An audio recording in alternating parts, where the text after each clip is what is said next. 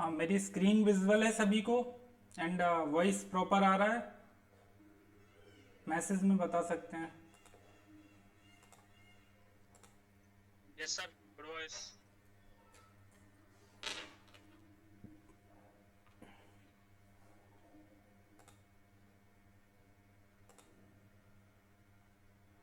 Okay okay okay.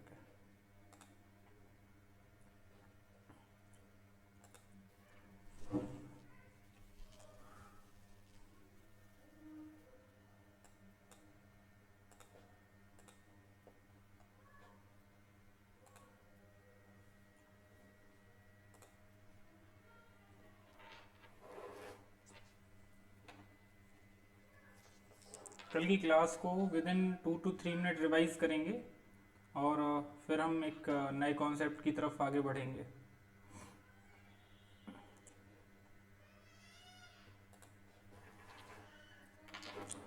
कल हमने दो चीज़ों को सीखा था। फर्स्ट थी हमारी, हमने फिब रिट्रेसमेंट को सीखा, फिबोनाची लेवल्स, और सेकंड हमने पुल बैक थ्योरी को समझा।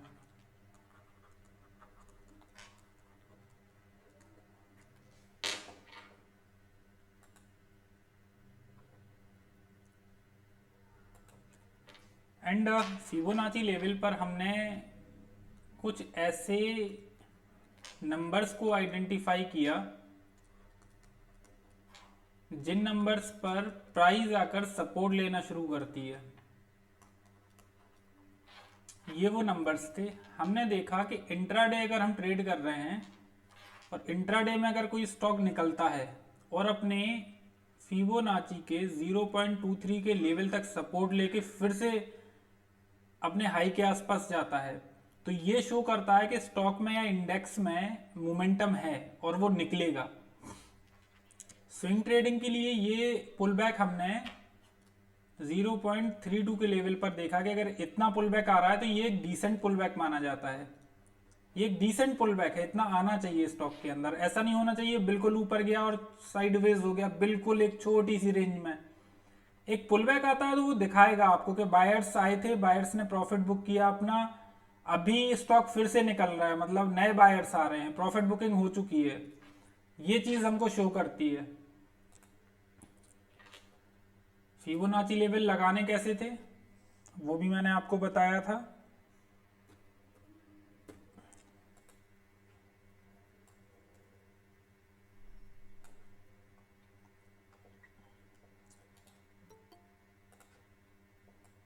आपको जहां से मोमेंटम शुरू हुआ है उसके बॉटम से लेके उसके टॉप तक इस टूल को एक्सपेंड करना है। जैसे आप राइट क्लिक करोगे और इसको खींचोगे आप ऊपर की तरफ, तो ये ढेर सारे नंबर्स निकल के आ जाएंगे आपके सामने। ये 0.23 का नंबर है, 0.38, 5068, ये इस तरीके से नंबर निकल के आ जाते हैं। और इसका इन्वर्स भी होता है। लाइक अगर कोई स्टॉक अगर डाउन ट्रेंड में है तो ऐसा नहीं होगा कि वो गिरते ही चला जाएगा।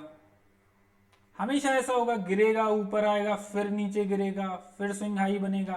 तो ये जो डिस्टेंस है ना, जो इसमें जो बायर्स घुसते हैं ये फंसते हैं। क्यों? क्योंकि इनको ऐसा लगता है बाइंग आ चुकी है, बट ओवरऑल ट्रेंड नेगेटिव रहता है। वो पुल बैक लेता है, थोड़ा फिर गिर जाता है। एंड बाइंग सिनेरियो में भी ऊपर जाएगा, मोमेंटम है मार्केट में, थोड़ा सा पुल बैक लेगा, अभी लोग इधर से शॉर्ट करना शुरू करेंगे बट वो फिर से निकल जाएगा।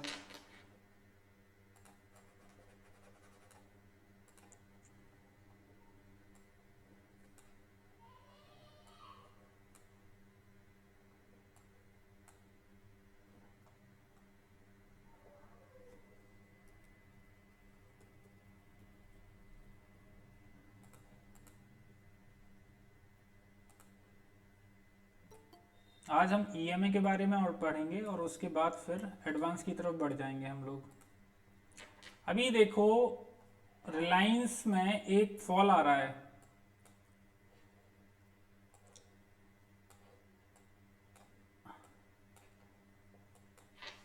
और उस फॉल के बीच बीच में आप देखोगे छोटे छोटे पुल बैक आते हैं। अब इन पुल बैक्स को आप आइडेंटिफाई कैसे करोगे कि पुल बैक आएगा तो कहां तक ऊपर जा सकता है। सपोज आपने एक डिसेंट डाउन ट्रेंड देखा और यहां पे अगर आपने बाई कर रहे हो तो क्या आपके टारगेट होंगे कि फर्स्ट रिलायंस अगर पुल बैक लेगा ऊपर की तरफ तो कौन सा पॉइंट होगा जो उसे रोकेगा, या फिर वो कौन कौन से पॉइंट्स होंगे जो उसको रोक सकते हैं। नो डाउट स्ट्रक्चर पॉइंट के अकॉर्डिंग तो हम देखेंगे, डिमांड एंड सप्लाई के अकॉर्डिंग देखेंगे, बट अभी हम फिबोनाची लेवल को पढ़ रहे हैं। तो फिबोनाची के अकॉर्डिंग हम देखेंगे किस तरह से वो पॉइंट्स रोकेंगे। अब हम क्या करेंगे, इसमें फिबोनाची टूल पर क्लिक करेंगे, जहां से टूल शुरू हुआ है उधर से इसको नीचे तक ड्रॉ डाउन करेंगे। अभी आप देखोगे तो रिलायंस यहां से अगर अपमूव देता है, ये पैटर्न रहेंगे उसके इस तरह से। ये पॉइंट जो रहेंगे ना कहीं रेजिस्टेंस की तरह काम करेंगे। अभी बाइंग में हमने देखा था, हम नीचे से ऊपर की तरफ ड्रॉ कर रहे थे और देख रहे थे कि ये जो पॉइंट निकल रहे हैं ये सपोर्ट की तरह काम कर रहे थे। बट अगर स्ट्रक्चर चेंज हो रहा है तो ये जो लेवल रहेंगे ये कहीं ना कहीं इन पर, इनके पास जब प्राइस आएगा तो होल्ड करेगा इसको, और इन सबको हम आगे डिमांड एंड सप्लाई के साथ मर्ज कर देंगे। एग्जाम्पल के लिए हमने देखा कि हमारा फर्स्ट टारगेट ये है, यहां पे हमारा फर्स्ट टारगेट बन रहा है। फिबोनाची लेवल देखा हमने तो 0.68 का लेवल हमारा भी बीच में आ रहा है। तो हम एक एक्सपेक्ट कर सकते हैं कि यहां तक प्राइस जा सकता है, यहां से प्राइस गिरना शुरू हो जाएगा। या फिर इसको ऐसे भी समझ सकते हैं, सपोज ये हमारा टारगेट है और इस टारगेट के जस्ट पहले 0.68 का लेवल है, तो हमको एक माइंड में रहेगा हो सकता है प्राइस इसको हिट करके लौट जाए, क्योंकि फिबोनाची टूल भी एक स्ट्रॉन्ग टूल है। हो सकता है कि इसको ही हिट करके प्राइस लौट जाए। तो जब यहां आएगा तो हम अलर्ट हो जाएंगे कि हो सकता है प्राइस बहुत डीप तक ना जाए, यहां से ही रिवर्स हो जाए और यहां हम कुछ बियरिश कैंडलस्टिक पैटर्न को देखना शुरू कर दें, जो हमारी कंफर्मेशन को इंक्रीज करेगा। ठीक है ना। चलिए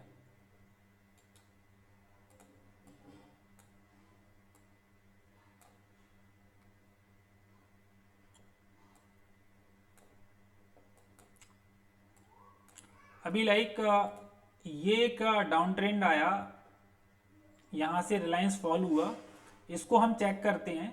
ये जो यहां से फॉल आया किस लेवल से फॉल आया है, हमने इसको ड्रॉ डाउन किया ऊपर से नीचे तक,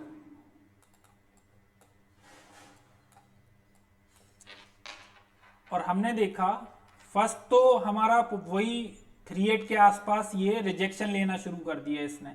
यहां पे हमारा स्ट्रक्चर पॉइंट था, उसके जस्ट ऊपर हमारा 0.50 का लेवल था। अभी ये रिलायंस इसको हिट करके अगर निगेटिव कैंडल बनाता तो क्या हमें इधर शॉर्ट पोजीशन बनाने में प्रॉब्लम होती? बिल्कुल नहीं होनी चाहिए। इवन मैं और अच्छा एग्जांपल देता हूं आपको। आप इस टूल को केवल अप्लाई करना सीख लो, इसके बेसिस पर ट्रेड कैसे करना है वो आगे का पार्ट है, मैं उसको वो मैं सारा कुछ आपको समझाने वाला हूं। आप सिर्फ इसको समझ लो कि इसको अप्लाई कैसे करना है, इसमें गलती नहीं होनी चाहिए आपसे।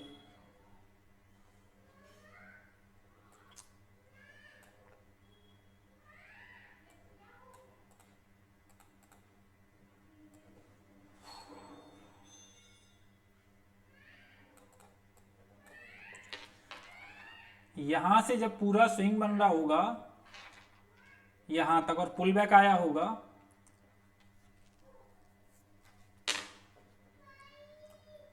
जस्ट अ मिनट, हमने लेवल्स को मार्क करना शुरू किया। ये हमारा 0.38 का लेवल है, ये 0.23 का लेवल है, ये 0.50 का लेवल है। अभी स्ट्रक्चर को रिटेस्ट करना चाहिए था इधर पे, बट फिबोनाची के 0.38 से निकल गया ना। स्विंग ट्रेडिंग में हमने देखा था कि मोमेंटम जब होता है तो 0.38 से ही प्राइस निकलना शुरू हो जाता है। और मैंने आपसे बोला था कि बैक टेस्ट करके इसको इसको बहुत सारे चार्ट पे अप्लाई करके मुझे भेजते रहो आप लोग।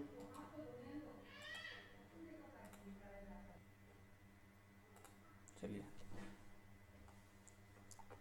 ये तो कल का पार्ट हो गया। आज हम एक और इंडिकेटर के बारे में बात करेंगे जो हमारे सेटअप में हम इंक्लूड करेंगे फ्यूचर में।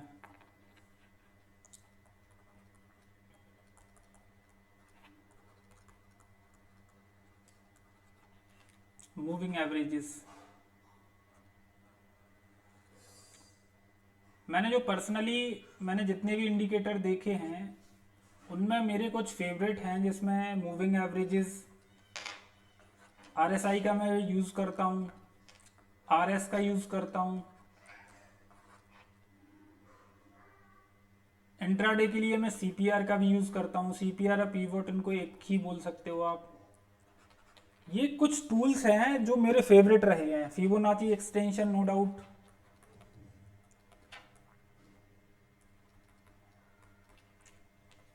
इंडिकेटर तो बहुत सारे होते हैं, बॉलिंजर बैंड लोग यूज करते हैं, बट मैंने जो लास्ट 4-5 ईयर्स में देखा है कि कौन से टूल्स ने सबसे ज़्यादा प्रॉफिट करके दिया है, तो स्विंग ट्रेडिंग में सबसे ज़्यादा इसने मेरी हेल्प करी।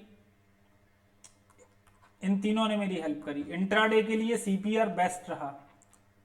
पुल बैक कितना आएगा, कैसे आएगा, कहां से रिवर्सल होगा, इस टूल ने मुझे बताया।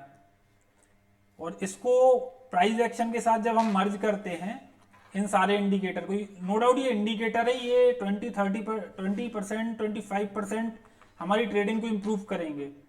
75 to 80% प्राइस एक्शन रहेगा हमारे, उसके साथ इसको मर्ज करेंगे तो रिजल्ट अच्छे आएंगे। और सबसे अच्छी बात क्या होती है, इंडिकेटर का यूज अपने आप में, ये कोई आपको एंट्री टेक्निक नहीं बताएंगे कि अभी इंडिकेटर पे कुछ आ गया तो हम एंट्री कर लें। ये टूल आपकी एंट्री स्टॉप लॉस में हेल्प करेंगे। ये एंट्री को और प्रिसाइज बना देते हैं। ठीक है,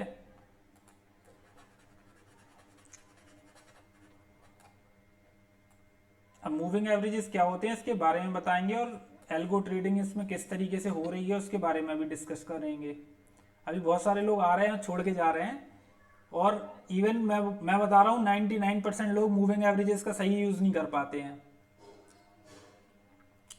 चलो देखिए, मूविंग एवरेज जैसे सिंपल मूविंग एवरेज होता है, एक्सपोनेंशियल मूविंग एवरेज होता है, हम दोनों को समझेंगे।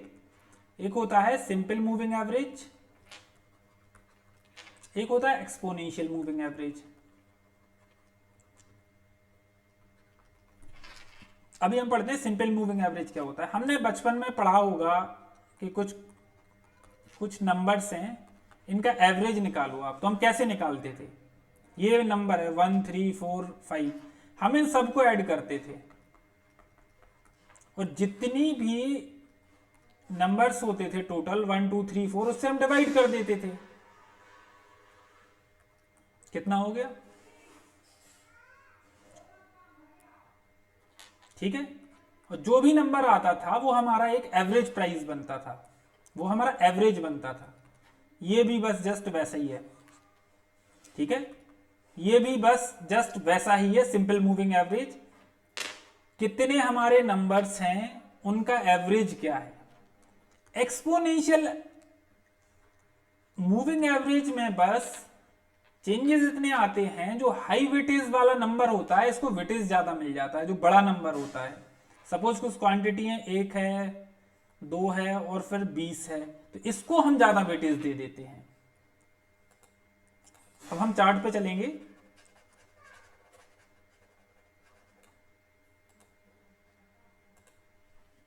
मम्मी खटपट मत करो।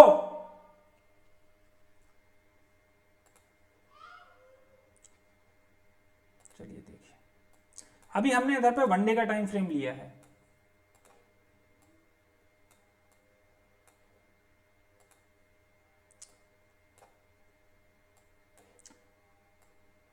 इधर हमने एक मूविंग एवरेज लगाया।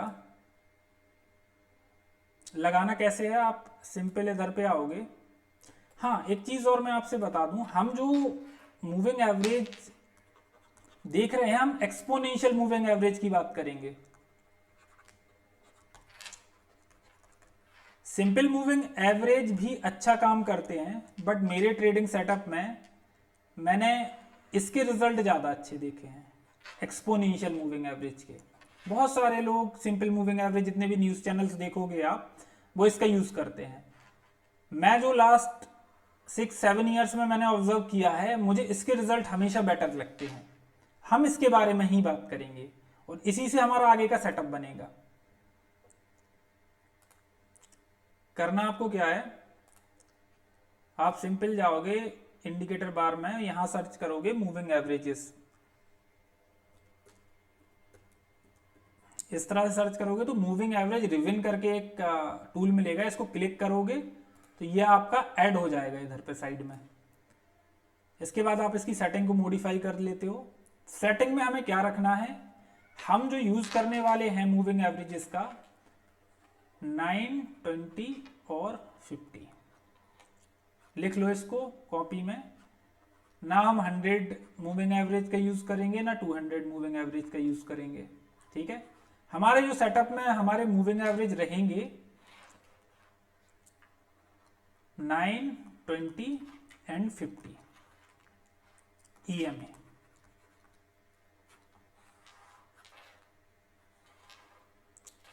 नाइन और 20 हमारा रहेगा मोमेंटम के लिए,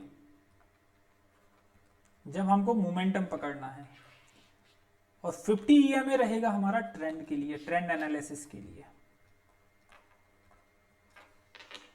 देखो इसको अप्लाई कैसे करना है, आप इधर पे आ जाओगे,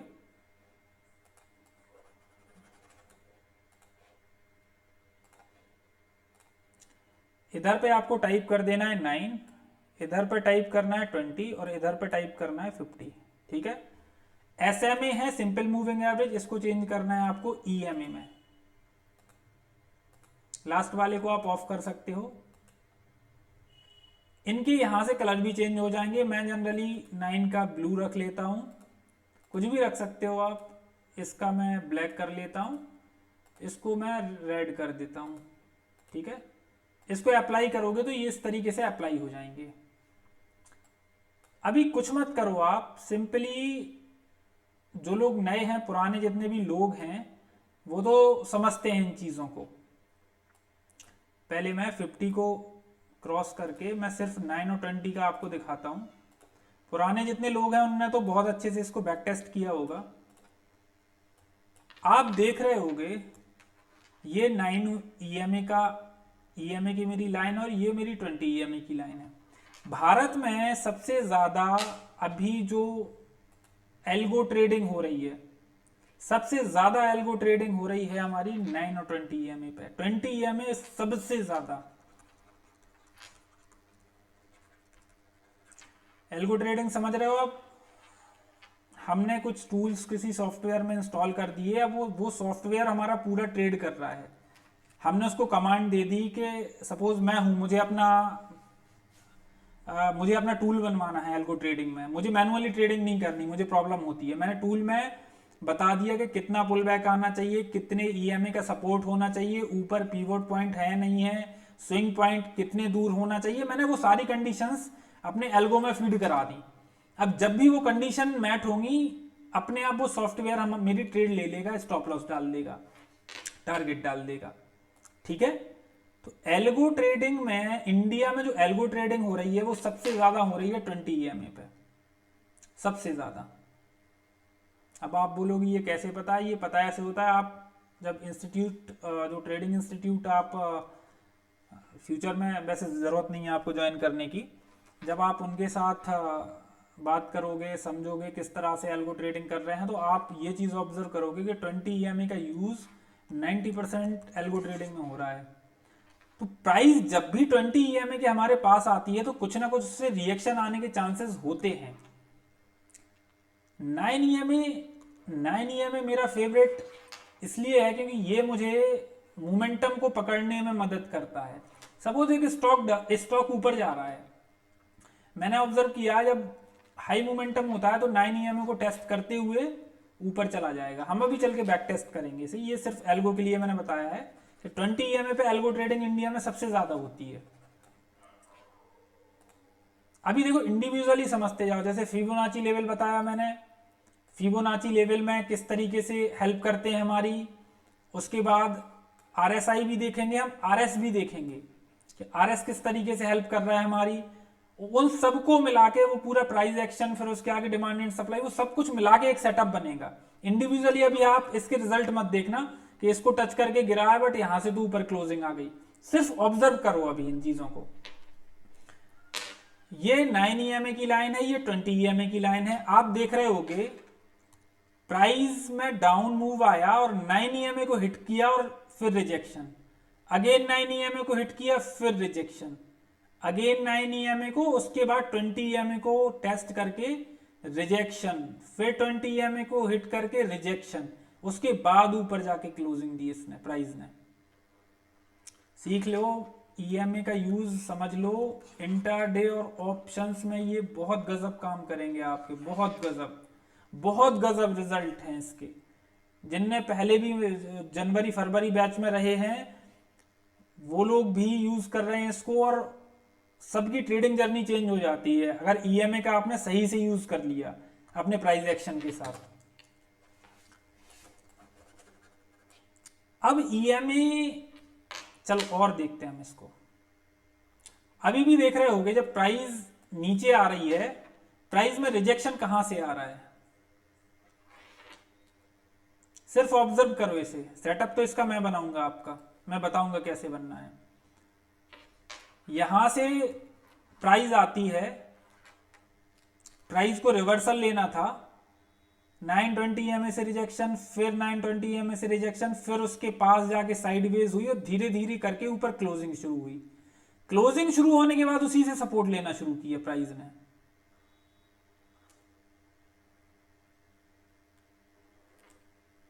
देख रहे हो ये चीज, और ये सारे स्टॉक में आपको एक जैसी मिलेगी। यहां से अगर प्राइस ने सपोर्ट लेना शुरू किया EMA के ऊपर तो मोमेंटम बना रहा है स्टॉक में, बार बार सपोर्ट लेके ऊपर जा रहा है। और जितना बड़ा टाइम फ्रेम रखोगे आप, ये जो टाइम फ्रेम है ना, जितना बड़ा टाइम फ्रेम रखोगे उतने रिजल्ट इसके अच्छे मिलेंगे। ये देखो आप, ये देख रहे हो, ये मंथली का टाइम फ्रेम है और 9 EMA से, 9 और 20 EMA से पूरी प्राइस ऊपर चली जा रही है।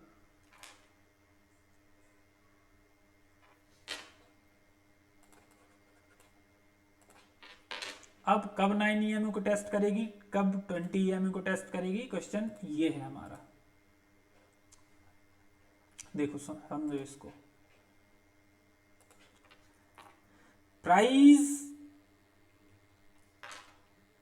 में एक अप मूवमेंट आ रहा है, ठीक है, उसके बाद आ रही है नीचे से हमारे चल रहे हैं मूविंग एवरेज। सपोज ये मूविंग एवरेज आ रहा है,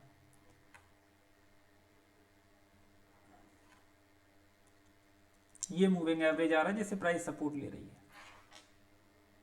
3 बार अगर कोई मूविंग एवरेज टेस्ट हो रहा है आपका, हमेशा फिक्स नहीं रहेगा, 90% आपको 3 बार के आसपास रिजल्ट आएंगे, 90%। 3 बार तक अगर कोई मूविंग एवरेज टेस्ट हो रहा है तो चांसेस रहेंगे कि अब वो मूविंग एवरेज ब्रेक हो सकता है, तैयार रहो आप। ये आ रही है 20 EMA का एवरेज, 9 EMA ब्रेक होगा आपका, प्राइस आएगा 20 EMA को टेस्ट करने। 20 EMA ब्रेक होगा, 3-4 बार टेस्ट हो जाएगा जब, और ये ब्रेक होगा, स्टॉक आएगा 50 EMA को टेस्ट करने।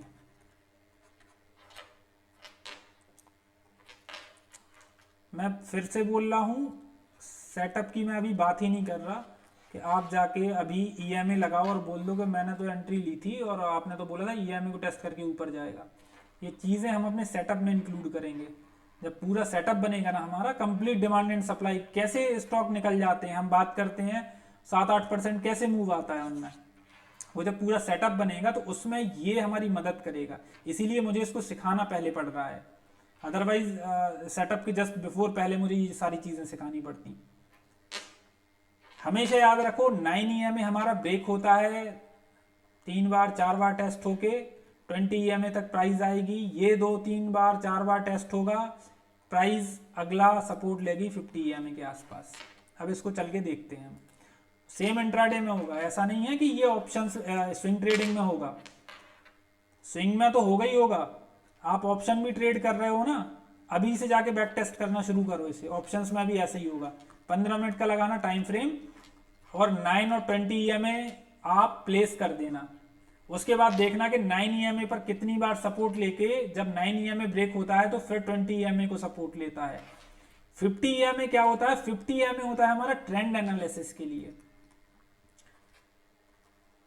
देखो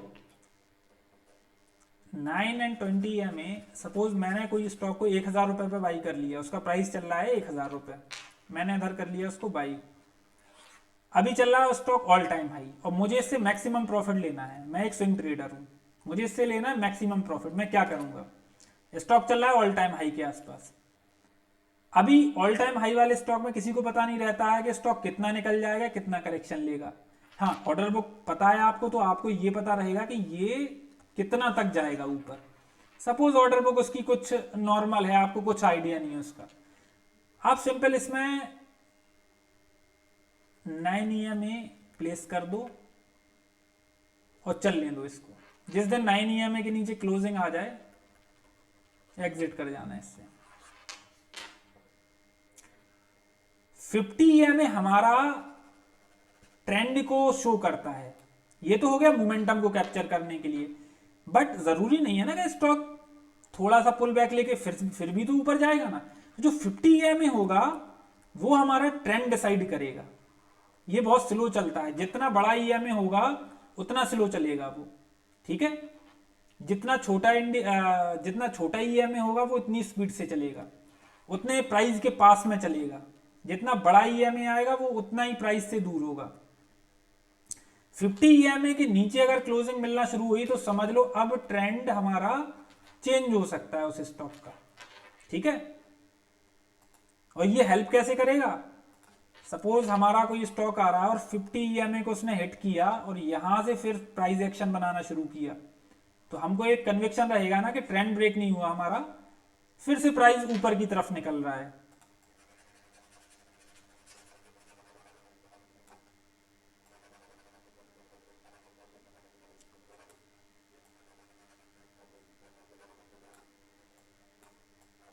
अभी इसको आज भी जो ऑप्शंस ट्रेड कर रहे थे, मैंने कल भी आपको बताया था बैंक निफ्टी को किस तरीके से ट्रेड करना है, सुबह भी इंडिकेट कर रहा था मैं, और आज उसी बिहेवियर में इंडेक्स साइडवेज रहा, स्टिल हमको प्रॉफिट देके गया।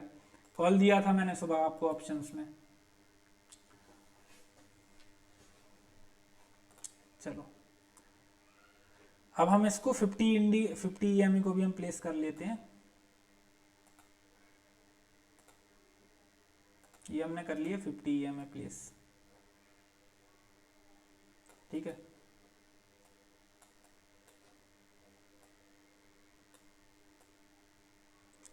अभी एक रिलायंस का चार्ट है और 2014 से हम देखते हैं।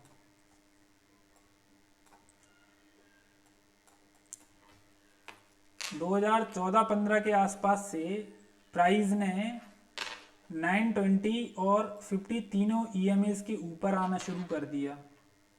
ये देखो सपोर्ट लेना शुरू कर दिया। प्राइस क्या कर रहा है? एक बार, दो बार, तीन बार इसने 9 EMA को टेस्ट किया, चौथी बार आ गया किसको टेस्ट करने? 20 EMA को, फिर ऊपर गया। ये जो फॉल देख रहा है ना, ये कोरोना का फॉल था। नो डाउट कोरोना जैसे जब फॉल आते हैं तो EMAs भी कुछ नहीं कर पाते उनके सामने, फिर हमको जाना पड़ता है क्वार्टरली और हाफ ईयरली का चार्ट देखना पड़ता है और वहां से प्राइस एक्शन को उठाना पड़ता है। जब इस तरीके के फॉल आते हैं, ये 5-10 साल में एक बार ही आएंगे, लाइक 2008 में आया था, फिर कोरोना में इतना बड़ा फॉल आ गया कि स्टॉक 50-60% करेक्ट हो गए। अदरवाइज ऐसा नहीं मिलेगा आपको। अब आप देखो रिलायंस को, क्या आपको ये एंट्री करने में मदद नहीं करेगा क्या? क्या इसके पास ही सपोर्ट बन रहा है हमारा, एक इसके पास ही हमारा फिब लेवल आ रहा है, इसके पास ही हमारी कैंडल स्टिक अच्छी हो गई, इसके पास से ही पुल बैक आ गया, हमारा सब कुछ अच्छा हो गया, ईएमए भी हमारे सपोर्ट में है, हमको हेल्प करेगा नहीं करेगा ये बताओ आप। फिर इसको टेस्ट किया, फिर ऊपर चला गया, ये दोनों ये 20 ईएमए 2-3 बार टेस्ट हुआ, उसके बाद ये 50 ईएमए को टेस्ट करके निकल गया। नो डाउट इधर सपोर्ट भी था हमारा, दोनों चीजें, कन्विक्शन ऐसे ही तो बढ़ता है।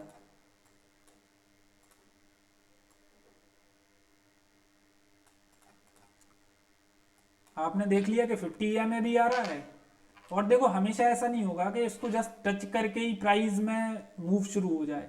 ये 9 ईएमए है सपोज, तो ऐसा नहीं होगा कि इसको जस्ट टच के करके ही प्राइस में मूव आना शुरू हो जाए। हो सकता है कभी ये थोड़ा सा नीचे आ जाए, थोड़ा सा ऊपर रह जाए, एक आपको लेकर लगभग एंट्री पता रहेगी कि ये 9 ईएमए जस्ट इसके पास में है। प्राइस हो सकता है, इसको अभी एक भी बार टेस्ट नहीं किया, इसको टेस्ट करके अगर इसमें एक बुलिश कैंडल बनती है डेली पर, तो मैं इसमें ट्रेड प्लान कर लूंगा। मंथली लेवल पर 20 ईएमए है, डेली लेवल पर अगर एक अच्छी कैंडल स्टिक इसको हिट करके बनती है, मैं एंटर कर लूंगा। ये एंट्री टेक्निक्स है आपकी, है ना, इसको मर्ज करेंगे हम आगे। चलो ये रिलायंस का हो गया। अभी कोई भी चार्ट ले लेते हैं हम, ये गणेश हाउसिंग कॉरपोरेशन करके एक चार्ट है। अभी आप देखोगे प्राइस निकला, कहां से सपोर्ट लिया, 9 ईएमए से, फिर ऊपर गया, कहां से सपोर्ट लिया, 9 ईएमए से, कहां से सपोर्ट लिया, 9 ईएमए से, 3 बार टेस्ट हो गया, आ गया 20 ईएमए पे, आ गया ना। फिर उसी के बीच से दोनों पास पास ही थे, क्योंकि निकल गया स्टॉक।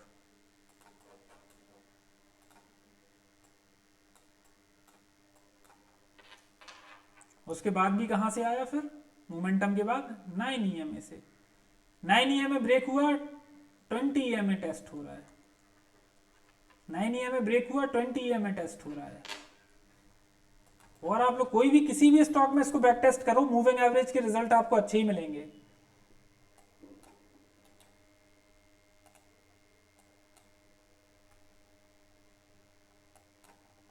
इसको भी देखो आप, ये जिलेट इंडिया का चार्ट है, प्राइस कहां के आसपास से सपोर्ट ले रहा है,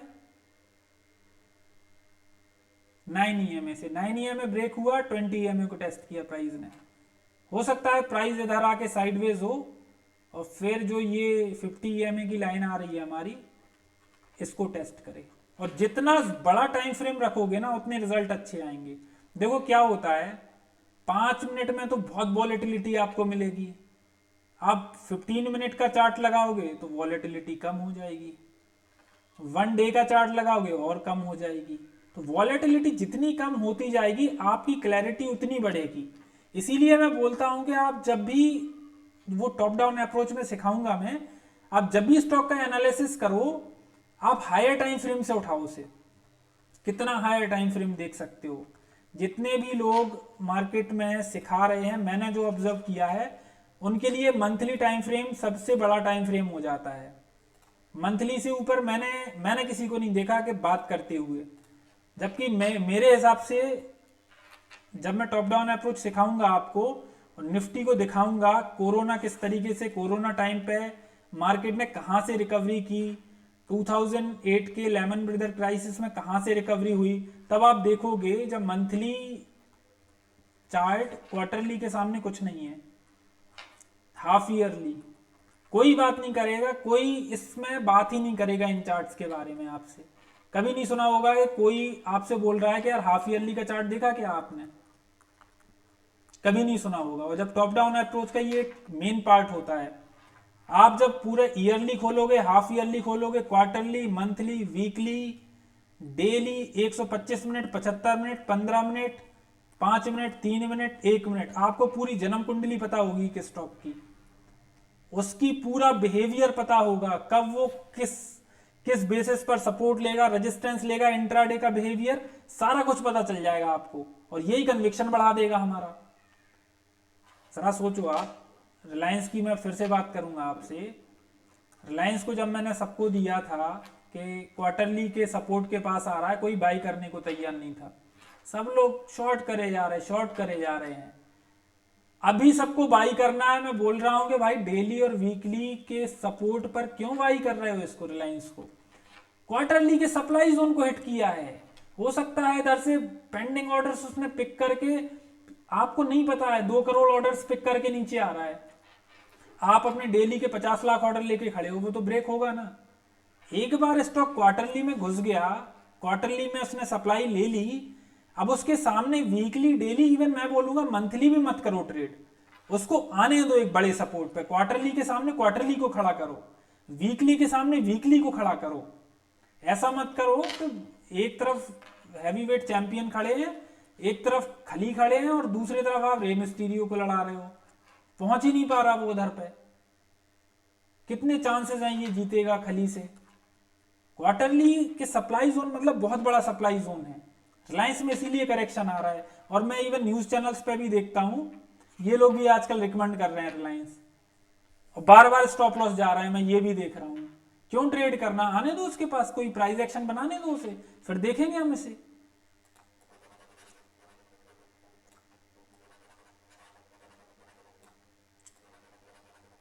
अब ये तो मैंने आपको बता दिया कि ईएमए हमें किस तरह से सपोर्ट करते हैं, ठीक है। ईएमए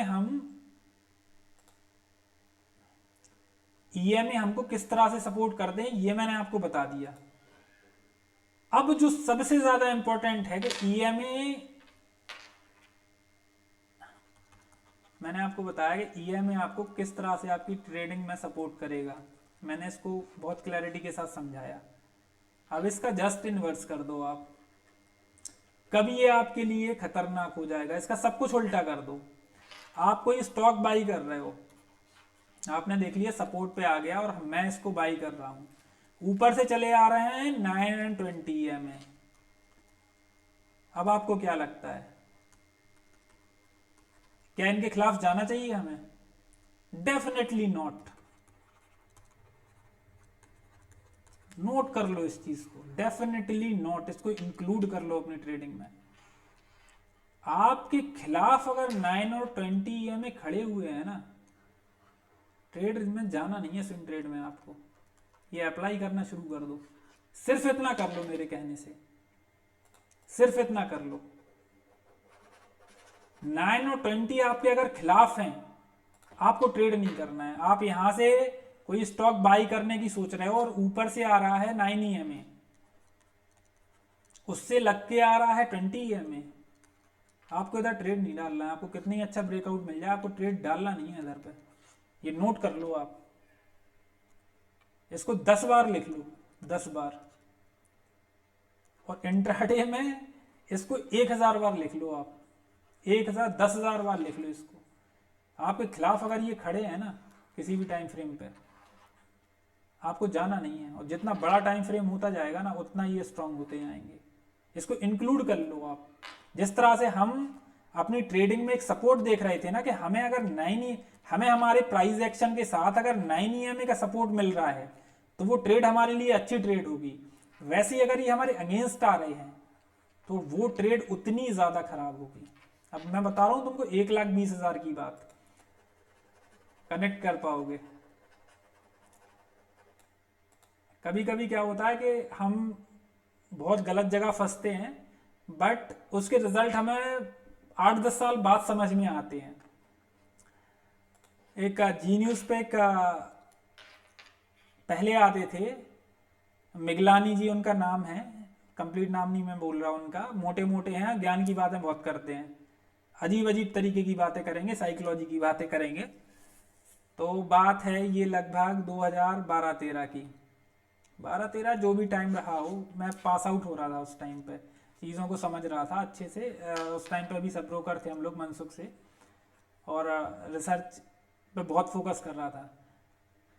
तो सर का 60,000 का था price action, basic price action, और 60,000 का था सर का एडवांस प्राइस एक्शन।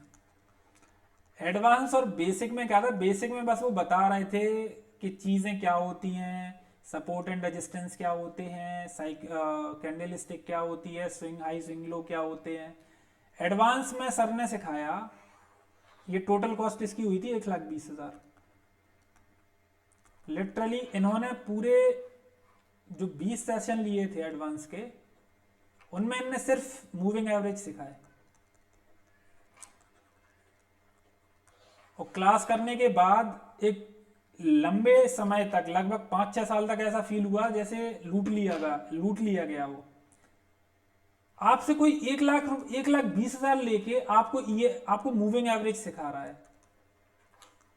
ये मेरे 8-10 साल तक कोई काम में नहीं आया। मैंने इसके बेसिस पर जितनी ट्रेड प्लान करी उस टाइम पर सारी 70-80% लॉस में गई। लेकिन ये चेंज कैसे हुआ? ये चेंज ऐसे हुआ जब ट्रेडिंग की अप्रोच चेंज करी मैंने, उसके साथ मैंने इनके कुछ कॉन्सेप्ट्स को मेरे माइंड में रहे, वो मैंने इसके साथ अप्लाई किए, तब मेरे रिजल्ट एकदम चेंज हुए। बट अकेले कहीं कुछ मूविंग एवरेज से कुछ नहीं होगा, इसको मर्ज करना पड़ेगा। अब उनका जो मॉरल था, इसका क्रेडिट उन्हीं को जाएगा। अप्लाई मैंने अपने अकॉर्डिंग किया। देखो, जितने भी मूविंग एवरेजेस हैं, खासकर ये,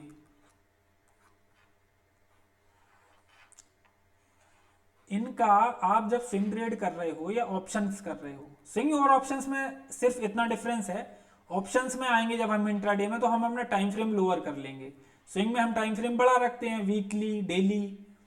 ऑप्शंस में आते हैं तो हम एनालाइज सपोज 75 मिनट में कर रहे हैं, तो एंट्री के लिए हम 5 या 15 मिनट यूज कर लेते हैं। इतना डिफरेंस है। ये जो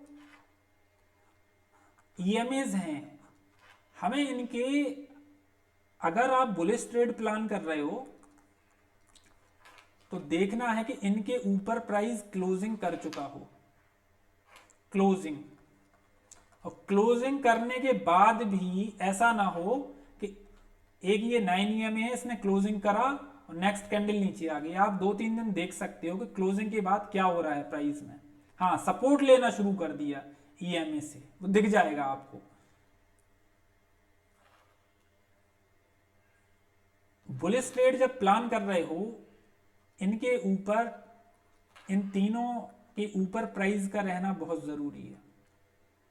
इसको लिख लो आप अपने लैपटॉप की स्क्रीन पर, इसको लगा दो आप, ठीक है ना।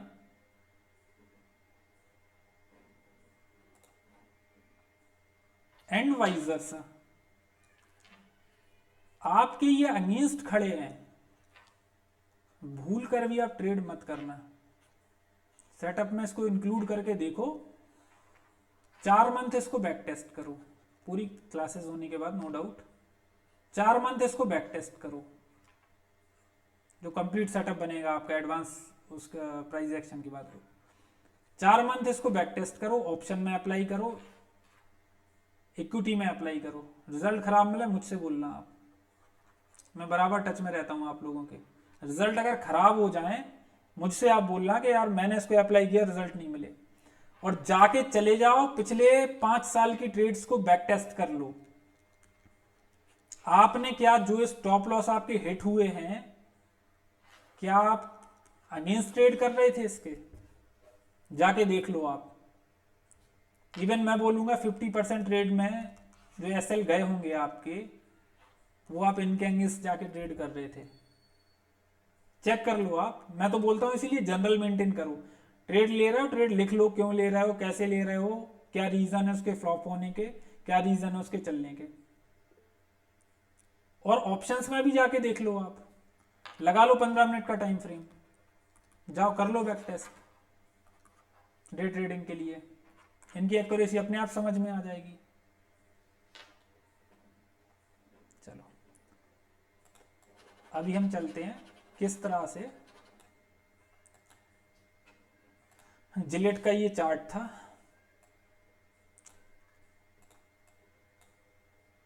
अभी देखो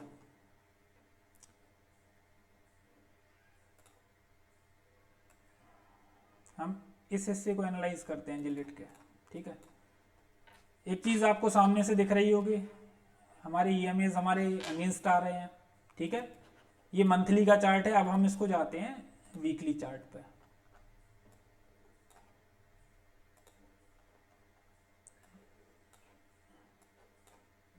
वीकली चार्ट। अब मुझे आप ये बताओ,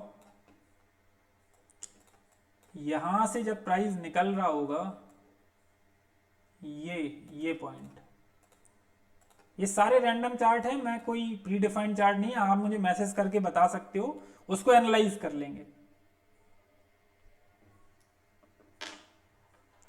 ये निकल रहा होगा और ये कैंडल का जब फॉर्मेशन हुआ होगा जिलिट में, कितने लोगों ने इसमें एंटर किया होगा वीकली पे, वीकली टाइम फ्रेम देख रहे हैं हम, कितने लोगों ने एंटर किया होगा इस कैंडल को देखकर, कितनी स्ट्रॉन्ग कैंडल दिख रही है, देखो आप इसको।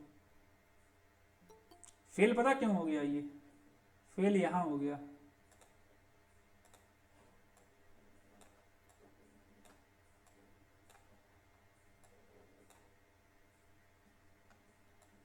जस्ट अ मिनट, हाँ ये था, यहां फेल हो गया ये, यहां।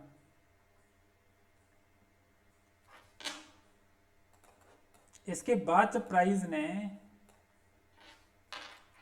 जब प्राइस के फेवर में हमारे ईएमएस आना शुरू हुए, तब सारे ब्रेकआउट चल रहे हैं हमारे, सारे ब्रेकआउट चलेंगे हमारे। अभी भी प्राइस को मैं बुलिश मान रहा हूं जिलेट में।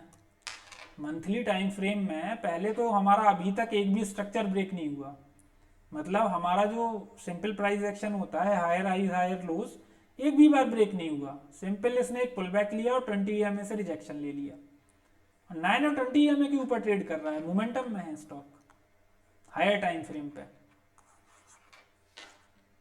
चलो और स्टॉक्स को देख लेते हैं हम, उसके बाद हम निफ्टी बैंक निफ्टी पे भी आ जाएंगे।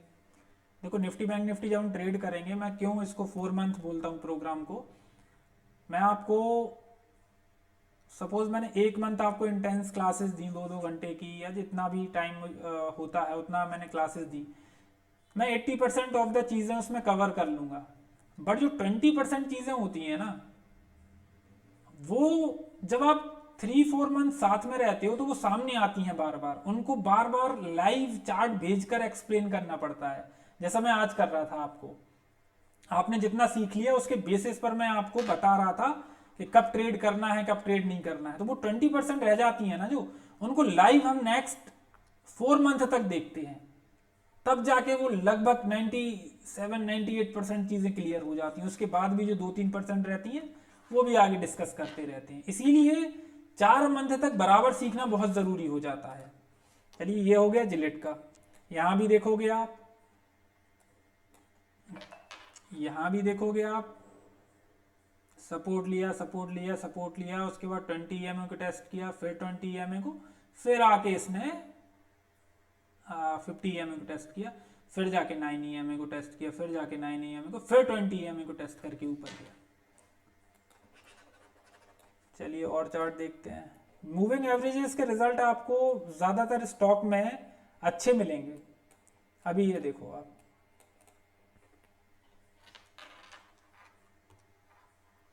यहां से अगर हमें एक ब्रेकआउट दिख रहा है, ये जो कैंडल है ये ब्रेकआउट कैंडल हुई है, यहां से हमें एक ब्रेकआउट दिख रहा है, बट क्या हमें ट्रेड करना चाहिए इसको? मेरे हिसाब से मैं तो कभी नहीं करूंगा इसको ट्रेड। मैं अपना रूल बना के रखा है कि मैं कभी भी 920 EMA के अगेंस्ट नहीं जाऊंगा। ये मेरे फ्रेंड हैं, मैं इसके बिना अधूरा हूं, मैं इसके अगेंस्ट तो जा ही नहीं सकता हूं, और मुझे इसके रिजल्ट अच्छे मिलते हैं। क्या हुआ, एक स्ट्रॉन्ग कैंडल आने के बाद भी, स्ट्रक्चर ब्रेक होने के बाद भी पुल बैक आ गया, बार बार उसी से टेस्ट करता रहा मार्केट को, फिर निकला ऊपर आया, क्लोजिंग दी, सपोर्ट में आया प्राइस, फिर जाके रैली शुरू हुई।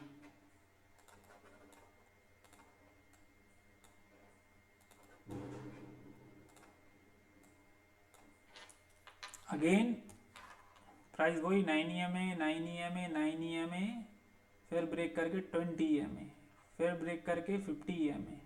अभी प्राइस में यहां से ऊपर हो गया है स्ट्रक्चर चेंज हमारा।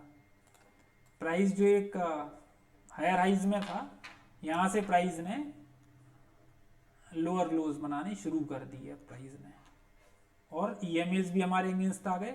अब यहाँ से हमारे बुलिश ट्रेड प्लान नहीं करेंगे हम, उन्हीं से रिजेक्शन होते होते होते होते फिर साइडवेज हुआ, फिर हायर हाइज में आया। प्राइस में सडन मूव तब तक नहीं आया जब तक 9 और ये हमारे ईएमएस हमारे अगेंस्ट रहे, तब तक प्राइस बहुत स्लोली ऊपर जाने की कोशिश करी। प्राइस ने टेस्ट किया बार बार बार बार बार बार, फिर ऊपर निकला, पुल बैक आया, फिर बड़ी रैली। हमेशा ऐसा ही होगा। और जो लोग 2-3 साल से सीख रहे हैं, कर रहे हैं ना, उनके लिए ये बहुत बूस्ट देने वाला है, बहुत बूस्ट देने वाला है। वो समझ रहे होंगे इस चीज की कितनी इंपॉर्टेंस है, जो स्विंग ट्रेड कर रहे होंगे बहुत टाइम से।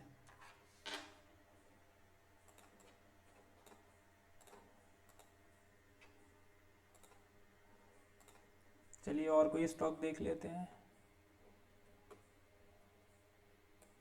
अभी देखो आप कोई भी स्टॉक देखते रहो आप।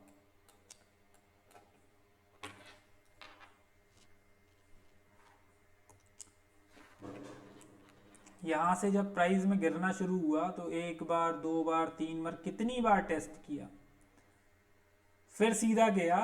मैं क्यों बोलता हूं आपसे कि आप फर्दर कैंडलस्टिक देख लिया करो। यहां पे भी देखो तीनों ईएमएस की ऊपर क्लोजिंग आई, स्टिल प्राइस में क्यों क्यों गिरावट आई। देखो प्राइस हमारे ईएमएस की ऊपर क्लोजिंग आ गई। मैंने अभी जस्ट आपसे थोड़ी देर पहले बोला था कि आप थोड़ा देख लिया करो कि नेक्स्ट 2-3 कैंडल क्या सपोर्ट लेना शुरू कर दिया उन्होंने। ये 9 ईएमए क्या सपोर्ट लेना शुरू कर दिया, सपोर्ट लेना शुरू कर दिया, मतलब अब हमारे ये फॉलो होना शुरू हो गए। ये देखो आप, इसको बोलते हैं सपोर्ट लेना शुरू कर दिया प्राइस ने, इसको बोलते हैं सपोर्ट लेना शुरू कर दिया।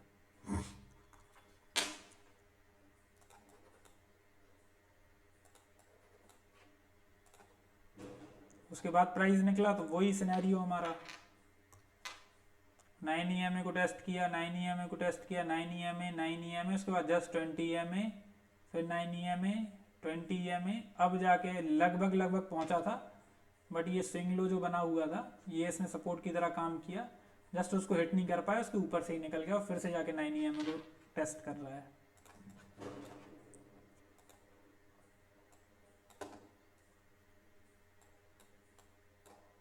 अभी देखो सपोज ये हमको इधर पे ब्रेकआउट ट्रेड प्लान करनी है, मैं इसको नहीं ब्रेकआउट ट्रेड प्लान करूंगा। यहाँ पे वो कितने ही स्टॉक निकल जाए मैं इसको नहीं प्लान करूंगा अगर मेरे अगेंस्ट आ रहे हैं ये दोनों।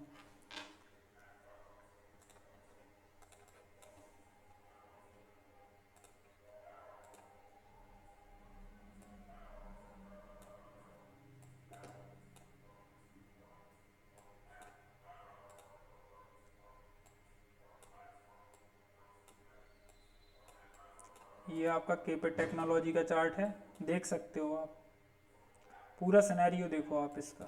अभी जब अगेंस्ट इसके हो गए तो यहां से यहां तक का भी जो मोमेंटम बना होगा, लोगों ने बाई शुरू किया होगा, वो फेल हो गया पूरा। और कब तक फेल होगा, जब तक हमारे इसके ऊपर जो क्लोजिंग नहीं आती, प्राइस यहां पे सपोर्ट लेना शुरू नहीं करता, तब तक फेल ही होंगे इसके ब्रेकआउट। आज बैंक निफ्टी का भी हम एनालिसिस देख लेते हैं। बैंक निफ्टी को भी हमने आज ट्रेड किया था, निफ्टी को सॉरी, बट बैंक निफ्टी में एक बहुत अच्छा पैटर्न बना था जो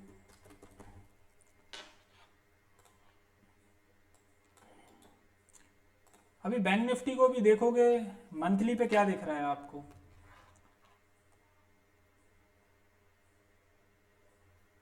मंथली पे क्या दिख रहा है। एक टेंडेंसी है ना कि ये जब अब हिट करेगा 9 ईएमए तो इसके आसपास से बैंक निफ्टी में एक मूव आएगा। हो सकता है ये वही मूव हो जिसमें सारे जो बैंकिंग के स्टॉक है ना वो निकलने की तैयारी कर रहे हैं। हो सकता है प्राइस में थोड़ा सा पुल बैक आया, इसको हिट करे और यहाँ से निकल जाए, चांसेस हैं। और यहाँ से इसका रिटेस्ट भी हो जाएगा, खैर रिटेस्ट हो चुका है, बट फिर भी ये जो जिस रेंज से निकला है उस पर सपोर्ट लेना शुरू कर देगा।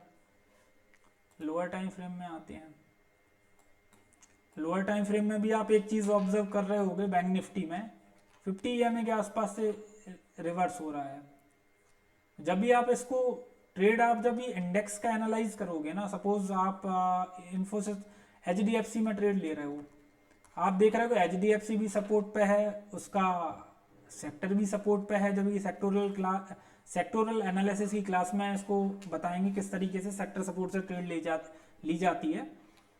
तो जब आप इसको ऑब्जर्व करोगे कि यार 50 EMA के आसपास से इंडेक्स में भी सपोर्ट है, हमारा HDFC में भी सपोर्ट है, तो इसके चलने के चांसेस तो बहुत ज़्यादा बढ़ जाते हैं।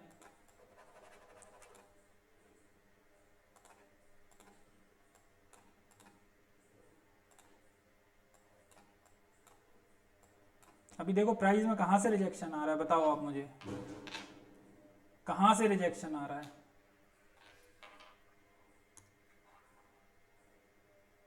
वन आवर का चार्ट है, 9 EMA से रिजेक्शन,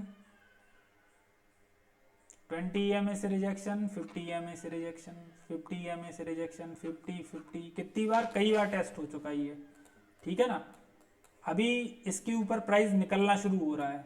अभी क्या फर्दर प्राइस एक्शन मैं देखना पसंद करूंगा इसमें, यहाँ के आसपास से प्राइस सपोर्ट लेना है, ठीक है। फिर ये ब्रेकआउट है, ये ब्रेकआउट चलेगा, और हो सकता है ये जो वरमाला बन रही है ये इस तरीके से वरमाला बन जाए, बनेगी ऐसे ही, लेकिन हो सकता है ये कंप्लीट होना शुरू हो, इस रेंज को टेस्ट करे मार्केट।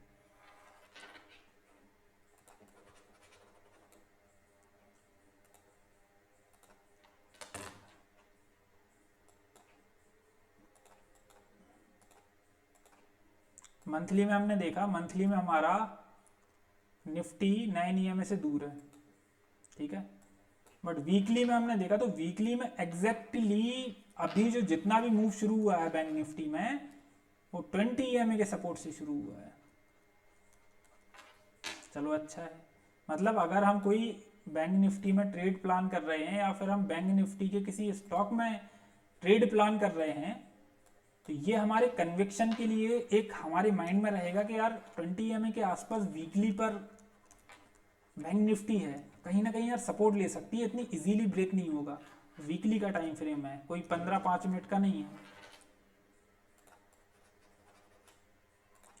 और जब इसको बैक टेस्ट करोगे ना, जब इसके रिजल्ट देखोगे आप इस तरीके से, तो आपको भी कॉन्फिडेंस रहेगा। अब आ जाते हैं डेली में।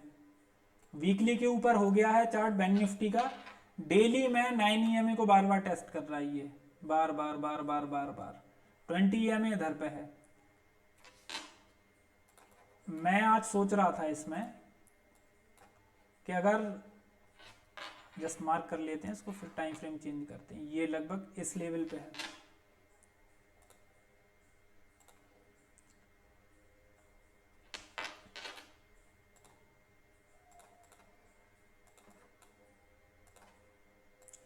डेली का मूविंग एवरेज लगभग हमारा इधर पे आ रहा है, उसी प्राइस के आसपास से रिजेक्शन मिल रहे हैं, और नीचे से 1 आवर में हमारे, ये इसको हम 75 करेंगे, आगे हम कल होपफुली कल पढ़ेंगे मल्टी टाइम फ्रेम एनालिसिस, वहां देखेंगे। यहाँ से सपोर्ट ले और इसके ऊपर क्लोजिंग आ जाए, मैं एक्सपेक्ट कर रहा था ये पॉइंट रहेगा यहाँ से एक रैली शुरू होने का, फिर वो अपने नेक्स्ट सप्लाई जोन को टेस्ट करेगी। नेक्स्ट सप्लाई जोन के नेक्स्ट जो वीकली डेली पर 20 EMA होगा उसको हिट करेगी फिर। और अगर 50 EMA के ऊपर क्लोजिंग आ रही है डेली में बैंक निफ्टी में, ये अभी तो जब तक ये ऊपर है तो प्राइस को ये फंसा के रखेंगे, प्राइस को फंसा के रखेंगे। अगर इसके ऊपर क्लोजिंग आ रही है तो डेफिनेटली हम फिर एक बड़ी रैली देखेंगे, हो सकता है ऑल टाइम हाई भी आ जाए मार्केट में, और आप इसको होते हुए देखेंगे।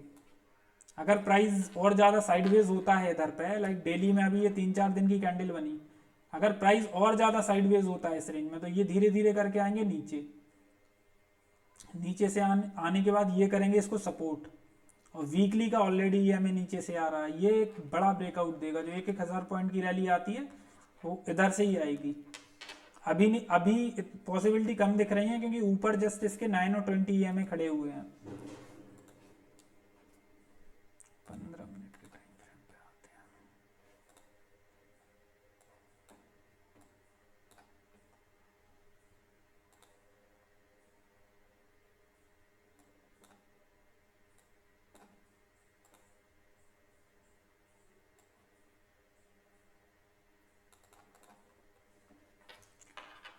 अभी बैंक निफ्टी में यही तो बोला था मैंने, यही तो कल सिखाया है पूरा, जो कल का सेशन था वही तो, ब्रेकआउट के पहले एंटर करना, वही तो सिखाया था। इस कैंडल में मैसेज भी किया था मैंने आपको, जो 1% क्लब है उसमें। क्या दिक्कत थी इस कैंडल पर ट्रेड लेने में, क्या प्रॉब्लम थी? आपके सारे बैंकिंग स्टॉक्स बुलिश थे, प्राइस आपके सपोर्ट में था। ये 5 मिनट का टाइम फ्रेम है, 15 मिनट के टाइम फ्रेम में भी देख लोगे आप, 15 मिनट का टाइम फ्रेम भी देख लो आप। ईएमएज आपके सपोर्ट में थे, ब्रेकआउट से पहले एंटर करना था, छोटा सा स्टॉप लॉस था इसमें। बैंक निफ्टी में ज़्यादा से ज़्यादा 17-18 पॉइंट का स्टॉप लॉस था। 1:1, 1:2, 1:3 जो भी मिल रहा था इधर पे, जो ब्रेकआउट हुआ ना, कितना स्ट्रांग ब्रेकआउट हुआ, कोई समस्या ही नहीं थी इसमें। उसके बाद वही वही पोलैरिटी में लॉक हो गया, सपोर्ट और रेजिस्टेंस के बीच में पूरा प्राइस चला गया। वहीं से जाके एक पूरी रेंज में ट्रेड होता रहा। बॉटम पे बाई करो, टॉप पे सेल करो, बॉटम पे बाई करो, टॉप पे सेल करो। इवन निफ्टी देख लेते हैं।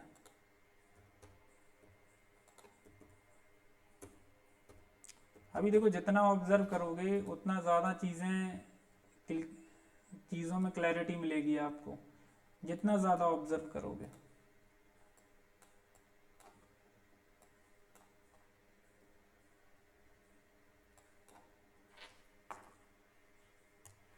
प्राइस ने कितनी बार 20 EMA से सपोर्ट लिया?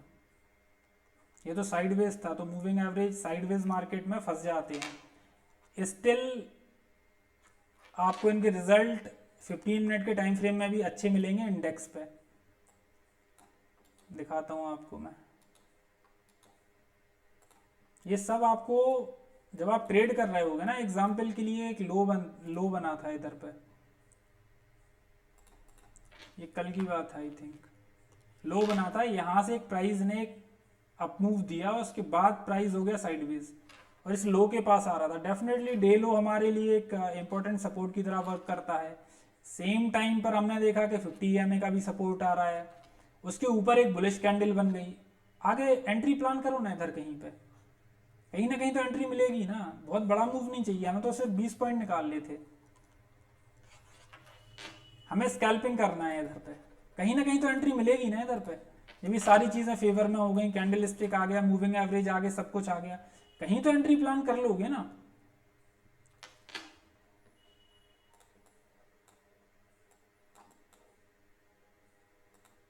ये सिंपल ब्रेकआउट था, प्राइस नहीं निकल पा रही थी क्योंकि प्राइस में रेजिस्टेंस भी था, मूविंग एवरेज भी उसको रोक रहे थे। धीरे धीरे करके जब सपोर्ट लेना शुरू किया, प्राइस में एक अप मूव भी आया। आप एनालिसिस करो इसके, बैक टेस्ट करो इसको। मैंने इसको मंथली टाइम फ्रेम पे लगा दिया, मैं 100 स्टॉक में देख लूंगा कि प्राइस किस तरह से चल रहा है इसमें। जैसे मंथली लगाओगे तो आपको कॉन्फिडेंस भी मिलेगा। ऐसे 100 चार्ट देखो आप, क्या प्रॉब्लम है? कहीं कंफ्यूजन हो आप मुझे भेजते रहो, कोई डाउट है आप मुझे अभी बताओ। क्लास EMA की इधर ही तक है, कोई भी डाउट हो मैं माइक हटा रहा हूँ, आप क्लैरिटी के साथ पूछ सकते हो। लगभग मेरी इसके बाद एक एडवांस की क्लासेस भी मैं आपको प्रोवाइड कराऊंगा। Just a minute.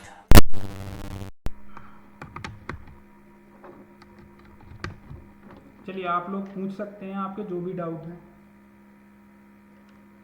आवाज़ आ रही है मेरी? पूछ सकते हैं आप लोग अनम्यूट करके।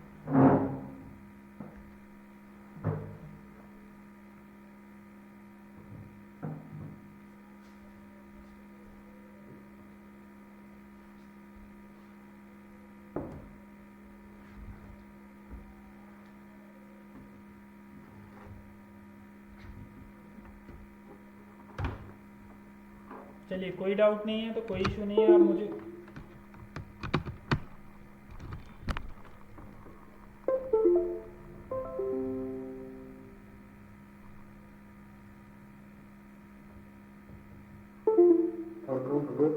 हेलो।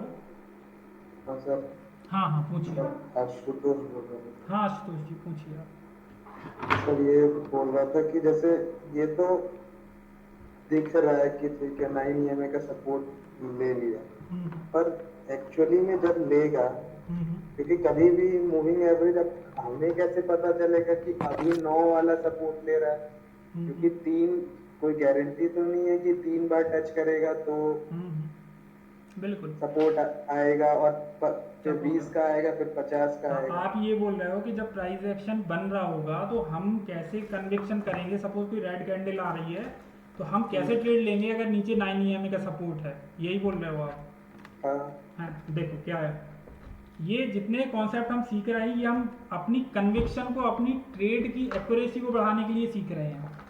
हमने देखा, हमने पूरा एनालाइज किया डिमांड एंड सप्लाई का, और हमने उससे अपने एक जोन को फाइंड किया कि इस पर्टिकुलर जोन में अगर प्राइस आता है और सपोर्ट लेता है तो मैं एंटर करूंगा। अभी उसके साथ आपको एक सपोर्ट EMA का भी दिख रहा है एग्जैक्टली उसी जगह पे, सपोज 20 EMA भी दिख रहा है आपको उसी जगह पे, फिबोनाची लेवल भी आपको उस जगह पे दिख रहे हैं, RSI भी आपके फेवर में है, कैंडलस्टिक वॉल्यूम्स भी फेवर में आ गए आपके, सारा कुछ फेवर में आ गया, तो आपकी एक्यूरेसी बढ़ेगी नहीं बढ़ेगी? मैं आपसे बोल ही नहीं रहा कि आपको 9 EMA के बेस पर ट्रेड लेना है, मैं आपसे बोल रहा हूं कि आपको अपनी ट्रेडिंग स्ट्रेटेजी के साथ 9 EMA को मर्ज करना है। जब हम इसका सेटअप बनाएंगे पूरा, उसमें 9 EMA बहुत इंपॉर्टेंट, 9, 20, 50 EMA बहुत इंपॉर्टेंट रोल प्ले करेंगे। मैं बोल रहा हूं आपसे स्विंग ट्रेड्स, मैं इतना ही बोलूंगा आपसे, अभी आप किसी भी टाइप की ट्रेडिंग कर रहे हो, किसी भी टाइप की ट्रेडिंग, आप एक रूल बना लो कि मैं 9, 20, 50 EMA के अगेंस्ट नहीं जाऊंगा किसी भी टाइम फ्रेम पे। रूल बना लो। मैं कह रहा हूं कि स्विंग ट्रेडिंग आपकी अच्छी हो जाएगी, मैं दावा करता हूं, मैं दावा कर रहा हूं, मैं आपकी स्विंग ट्रेडिंग चेंज हो जाएगी। आप सिर्फ ये रूल बना लो, 6-7 साल की बैक टेस्टेड 6-7 साल की बैक टेस्टेड स्ट्रेटेजी को बता रहा हूं। हमेशा इनको सारे टाइम फ्रेम पे चेक कर लिया करो कि इनकी पोजीशन क्या है। अगर ये आपके फेवर में है, आपकी ट्रेड फेल होने के चांसेस बहुत कम हैं। इवन मार्केट में बड़ा फॉल भी आएगा ना, वो भी इनको ब्रेक नहीं कर पाएगा। मैं बोल रहा हूँ मंथली के 20 EMA पर प्राइस है, आ जाने दो आप सेलिंग, प्राइस घूमता रहेगा उस रेंज में। आपको स्विंग ट्रेडर से इन्वेस्टर नहीं बनाएगा वो, जैसा अभी होता है ना कि मार्केट में क्रैश आया, आप स्विंग ट्रेडर थे और सडन आपका 15-18% पोर्टफोलियो लॉस में आ गया, अब आप इन्वेस्टर बन गए हो। अब आप सोच रहे हो यार स्टॉक मार्केट में तो स्टॉक ऊपर जाएंगे और जब जाएंगे तभी सेल करेंगे, ऐसा बहुत कम होगा अगर आप इसको अप्लाई करोगे अपनी ट्रेडिंग स्ट्रेटजी में। इवन अब हाँ बताओ सर, जो वीकली या मंथली की अगर कैंडल है, ठीक है समझ गया, हाई टाइम फ्रेम है तो एक्यूरेसी अच्छी है। बिल्कुल, पर जब 50 पे मान लो अगर टच कर रहा है, ठीक तो है, मैं तो वेट करूंगा पूरी कैंडल बनने का। बिल्कुल तो वेट करो। पहले ही 15-20% तो पहले ही ऊपर चला गया। नहीं, ऐसा नहीं होता। देखो मैं बता रहा हूँ क्या है। सपोज आप कोई ब्रेकआउट ट्रेड ले रहे हो, एग्जाम्पल ले रहा मैं, ठीक है, आपने लिया ब्रेकआउट ट्रेड, आप उस ब्रेकआउट ट्रेड के ऊपर देख रहे हो कि यार अभी तो वीकली का 20 EMA जस्ट 2% ऊपर है मेरी ट्रेड से, तो आपको ये माइंड में रखना पड़ेगा कि हो सकता है यहाँ से ब्रेकआउट हो, 20 EMA को टेस्ट करे और प्राइस में पुल बैक आ जाए। दूसरी चीज समझो, आप ट्रेड ले रहे हो ब्रेकआउट ट्रेड, आपने देख लिया कि स्टॉक मोमेंटम में सारे EMAs मेरे सपोर्ट में है, जस्ट नीचे 9 और 20 EMA वीकली पर मुझे सपोर्ट देना शुरू कर दिया और ब्रेकआउट आने वाला है। अब मुझे बताओ कितने % चांसेस हैं कि वो ट्रेड आपके फेवर में जाएगी? ऊपर रोकने के लिए कुछ है नहीं। ये आपकी एक्यूरेसी बढ़ाएगी ना। इसको सर हम लाइव पे करेंगे। हाँ लाइव मतलब समझा नहीं मैं आपकी बात। मतलब सर जैसे लाइव ट्रेड भी वो करते हैं ना, हाँ तो वो वैसे करेंगे, क्योंकि अगर वो दिखेगा तो ज्यादा बेटर तरीके से समझ आएगा कि ओके अब शायद ये एक काम पैटर्न करो ना, बनना है। देखो एक काम करना है तो सभी लोगों को करना है वो काम हम्म, जो मैंने ये आपको बताया है ना। हम्म, आप इसके एटलीस्ट अगले 2-3 दिन में आप इसके 200-300 चार्ट देखो और देखो कि वो कौन कौन से स्टॉक्स हैं जिसमें तीनों टाइम फ्रेम में मूविंग एवरेज आपके फेवर में है, और सिर्फ उसमें ये ऑब्जर्व करो कि उनमें ब्रेकआउट आता है तो कितने चल रहे हैं और कितने नहीं चल रहे हैं। ये आपकी एक्यूरेसी एकदम बढ़ा देगा, आपका कंफ्यूजन, सारा कंफ्यूजन इधर ही दूर कर देगा वो। इवन मैंने इंडेक्स का भी आपको दिखाया 15 मिनट पे 920 50 EMA आपके फेवर में आया और एक प्रॉपर ब्रेकआउट आया, ब्रेकआउट फेल हुआ वो बात अलग है। सर पर 15 अभी आपने ये भी तो दिखाया कि 15 मिनट में ठीक है ब्रेकआउट हो गया, पर ये भी तो दिखाया था कि वीकली के ऊपर में जो मंथली का बिल्कुल मूविंग एवरेज आ रहा है मंथली का सर, आ रहा है, बिल्कुल सही कह रहे हो। है ना, तो 15 से ऊपर 1 घंटे का, अगर 15 में वो ब्रेकआउट दे रहा है और 1 घंटे एक वो घंटे डाउन ट्रेंड में, तो में हम तो बिल्कुल ट्रेंड एग्जैक्टली एग्जैक्टली सही कह रहे हो। हम इधर पे हम बैंक निफ्टी में स्कैल्पिंग कर रहे थे, जो आज बैंक निफ्टी की ट्रेड थी हम उसमें स्कैल्पिंग कर रहे थे। हमको कितना टारगेट चाहिए था बैंक निफ्टी से? 35 point, 40 point, 50 point, 60 point. Bank Nifty ने मूव किया 100 पॉइंट से ऊपर। बैंक निफ्टी की आपको भी पता है, बैंक निफ्टी को अगर स्टॉप लॉस भी हंट करने होते हैं तो लगभग वो 70-80 पॉइंट्स का स्पाइक मारता है। हमने उसको कैप्चर किया था बस। हमें पता है कि डेली के टाइम फ्रेम इसके अगेंस्ट हैं, पुल बैक आ जाएगा और पुल बैक आ भी गया। बट हमने अपनी एंट्री को इतना प्रिसाइज किया था कि अगर ब्रेकआउट फेल भी होता है हम फिर भी प्रॉफिट में होके निकलेंगे। खैर वो तो ऑप्शंस का पार्ट है, वो तो 4 महीने आपको सीखना पड़ेगा, वो धीरे धीरे करके क्लैरिटी मिल जाएगी। और जैसे ही इनके ऊपर जब टाइम फ्रेम पर सपोर्ट लेना शुरू कर देगा मार्केट, देन फिर कुछ नहीं रहेगा रोकने के लिए, फिर आएंगी बड़े बड़े स्पाइक मार्केट में। तो वही तो कह रहा हूँ सर कि 15 मिनट के ऊपर अगर ब्रेकआउट ले रहा है, मैं स्कैल्प कर रहा हूँ, हाँ तो ऊपर से 1 करना घंटे ही का नहीं है, सपोर्ट करना ही तो नहीं है नीचे आपको। करेगा उस आपके प्राइस को, तो मैं तो सुनिए, डर में ही रहूंगा सर इनडायरेक्टली। देखो सुनो मेरी बात को। आप ये बोल रहे हो कि लोअर टाइम फ्रेम पे ईएमए का सपोर्ट है और मैं वहां ट्रेड कर रहा हूँ, और ऊपर उसके जस्ट हायर टाइम फ्रेम का रेजिस्टेंस है, तो मैं तो ट्रेड नहीं कर पाऊंगा, ये बोल रहे हो आप, है हाँ ना? सर, यही क्वेश्चन है ना आपका? हाँ हाँ हाँ सर, यही है। मैं आपसे बोल रहा हूं कि अगर सारे टाइम फ्रेम आपके फेवर में होंगे तो ट्रेड आपकी रुकेगी नहीं। समझे? मैं इतनी बार सर आपसे बोला। हाँ वो मैं समझ गया अब सर, अब आप कर रहे हो ऑप्शंस की बात, ठीक है? स्विंग ट्रेडिंग में मैंने आपको बता दिया कि तीनों टाइम फ्रेम पे आपके पास अगर सपोर्ट है तो वो आपकी ट्रेड 10 आउट ऑफ 10 वाली ट्रेड होगी। अब आप बोल रहे हो कि हम मुझे ऑप्शंस में 15 मिनट में करना है। 15 मिनट में हम कर रहे हैं, हमने देख लिया 3-4 बार डेली का 9 EMA टेस्ट हो गया, 20 EMA लगभग 150-200 पॉइंट दूर है, तो हो सकता है प्राइस यहाँ से निकले और एक स्पाइक दे दे। तो हमें इंट्राडे में कितना मूव चाहिए था, हम ये माइंड में रख के ट्रेड कर रहे थे। जो मैंने कॉल दी थी, मैं बता रहा था कि यहाँ से एक मोमेंटम बनेगा, इस पर बिल्कुल नज़र रखना। और फिर उसके साथ अकेला देखो कितनी चीज़ें होती हैं। अगर आप जाके देखोगे आज HDFC बैंक को, SBI को, एक्सिस को और सारे बैंक्स जो 80-90% वेटेज रखते हैं बैंक निफ्टी के अंदर, उनमें एक जैसा मोमेंटम था आज। ऑब्जर्व करो तीनों का एनालिसिस करो। ये आप जो पूछ रहे हो ये बात है इंट्राडे ट्रेडिंग की, है ना? जब डे ट्रेडिंग में आते हैं ना, जब हम 1 मिनट और 5 मिनट के टाइम फ्रेम पे जब हम एनालाइज करना शुरू करते हैं, ये तब की सिचुएशन है। स्विंग ट्रेडिंग में तो आपको कोई दिक्कत नहीं आएगी। मैंने बोला आपसे तीनों जगह से सपोर्ट ले ले, प्राइस ऐसी ट्रेड ढूंढो आप। स्विंग में तो कोई इशू नहीं है, ठीक है, चलिए 9 और 20 के ऑप्शन के ऊपर लिए जैसे ही आया 50 तो वैसे ही नीचे पड़ा होगा, बिल्कुल बिल्कुल इनडायरेक्टली बिल्कुल, देखा जाए हाँ हाँ तो हाँ, वो इशू नहीं इशू नहीं है। है। और मैं कह रहा हूँ कि इंट्राडे में देख रहा हूँ मैं 5 मिनट पे, तो फिर ऊपर देख रहा हूँ कि ओके 5 मिनट से ऊपर आ रहा है, 15 मिनट पे जस्ट हाँ 50 के ऊपर, 50 EMA के हाँ, ऊपर इसने सपोज 5 मिनट का आप एक दिया। हाँ सपोज आप 15 मिनट में ट्रेड कर रहे हो और उसके अगेंस्ट एक घंटे का ऊपर 1 से आ रहा घंटे है। का या फिर डेली का EMA आपके अगेंस्ट है, तो वो ट्रेड आपकी रिस्क में रहेगी। आपको ये माइंड में रख के ट्रेड करना पड़ेगा कि डेली के 9 EMA को हिट करके प्राइस में रिट्रेसमेंट आ सकता है, ये माइंड में रखना पड़ेगा। जब बोलते हैं हम ना कि यार इसको ना प्रॉफिट बुक करके निकल जाना है, इसमें यार स्कैल्पिंग करना है, तो उसके पीछे के लॉजिक यही होते हैं। और जब आप ऑप्शंस ट्रेडिंग में आओगे या इंट्राडे ट्रेडिंग में आओगे तो अकेला ये सिनेरियो नहीं रहेगा, उसके साथ एक और सिनेरियो रहेगा कि मैं देख रहा हूँ कि मैंने देखा कि जो हैवी वेटेज स्टॉक थे like HDFC bank, ICICI bank, axis bank, चारों बैंक हमारे एक सिंक्रोनस हो रहे थे, चारों में मोमेंटम था। तो जब ऐसा सिनेरियो दिखता है ना, तो वो ट्रेड बनती है श्योर शॉट। हमें पता है कि इनमें से अगर कोई दो भी मोमेंटम में आ जाएंगे तो भी बैंक निफ्टी निकलेगी, और चारों मोमेंटम में आ रहे हैं, तो इस ट्रेड को मिस करने का क्या मतलब था, आप बताओ मुझे। खैर ये बात तो ये, अब जब आप अगले, अभी आपने इनका जब पूरा एनालिसिस सीखोगे कि हम निफ्टी में क्या क्या देख के ट्रेड करेंगे, बैंक निफ्टी में क्या क्या देख के ट्रेड करेंगे, तो ये अगले 4 महीने का पार्ट है आपका।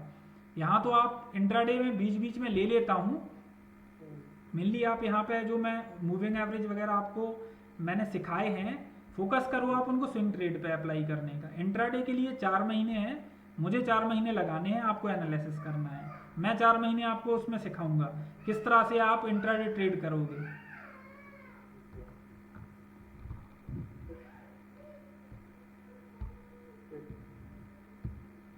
इंट्राडे तो अभी चलेगा यार, अभी तो अभी पूरा तुम्हें सीखना है, अभी तो अभी 20% के आसपास पहुंचे हैं, अभी तो पूरा सीखोगे, उसके बाद सेटअप बनेगा, उसके बाद जब पूरा सेटअप तैयार हो जाएगा तब इंट्राडे का तो पूरा पार्ट वो अगले 4 महीने तक चलेगा आपका, जहाँ मैं एक एक चीज़ बताऊंगा आपको किस तरीके से सेफली ऑप्शंस में प्रॉफिट बुक करते हैं, वो सारा कुछ चलेगा आगे।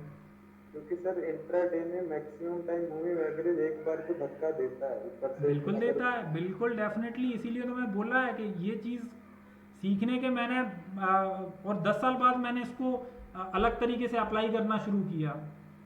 मूविंग एवरेज बहुत अच्छा काम करते हैं, इसको हम प्राइस एक्शन के साथ मर्ज करेंगे, और डेफिनेटली जो चीज़ आप बोल रहे हो बिल्कुल सही बोल रहे हो।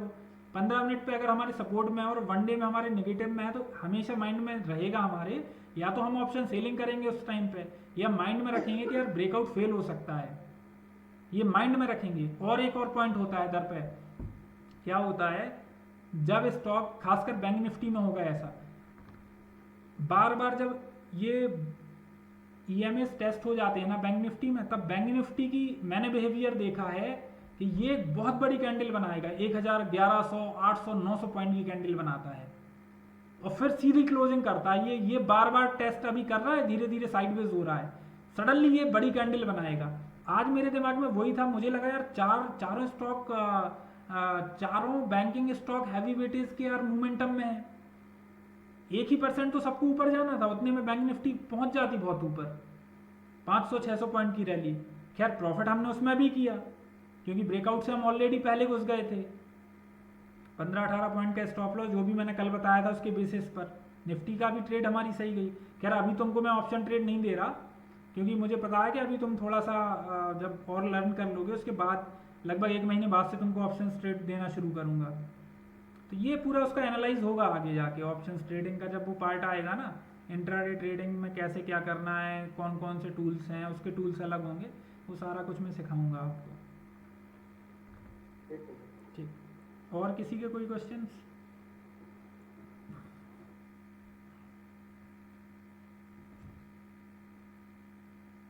स्टिल किसी क्वेश्चंस आते हैं मुझे मैसेज कर सकते हो आप लोग, एंड जो भी डाउट हो आप पूछ सकते हो।